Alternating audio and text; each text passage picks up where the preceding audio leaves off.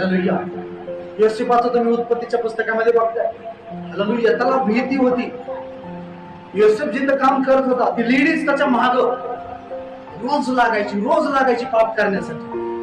तिचा नवरा कामाला गेला की ती योसेफ तरुण आहे, यंग दिसायला, सुंदर आहे दिसायला, आणि त्याला म्हणायची की बेविचार कर, पाप कर माझ्यासोबत. पण योसेफामध्ये कुठली भीती होती? मालकाची भीती नव्हती. पाप करायचं असतं तर पाप केला असता, पण त्याला भीती होती देवाची. कारण देवाचं भय वाहून चालणारा योसेफ होता. आजोबा पंजोबा पण ऐकलं होते की आपला देव ईर्ष्यवान आहे, आपला देव असा आहे. त्यावेळेस बायबल नव्हतं, आज्ञा नव्हत्या मोशेने दिलेल्या, पण त्याच्यामध्ये आजोबांना सांगितलेलं जेवढं होतं तेवढं त्यांना ऐकत. पण तेवढ्या तरुणपणामध्ये आपली पवित्रता जपली आणि त्या लेडीज सोबत त्यानं पाप केलं नाही. कारण त्याच्यामध्ये देवाचं भय होतं.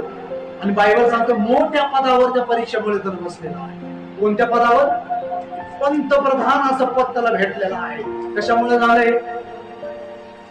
छोट्या छोट्या गोष्टीत व्यवस्थित राहा. छोट्या छोट्या गोष्टी तुम्हाला मोठ्या पदावर बसवत्या, मोठा आशीर्वाद तुम्हाला घेऊन येते. हालेलुया.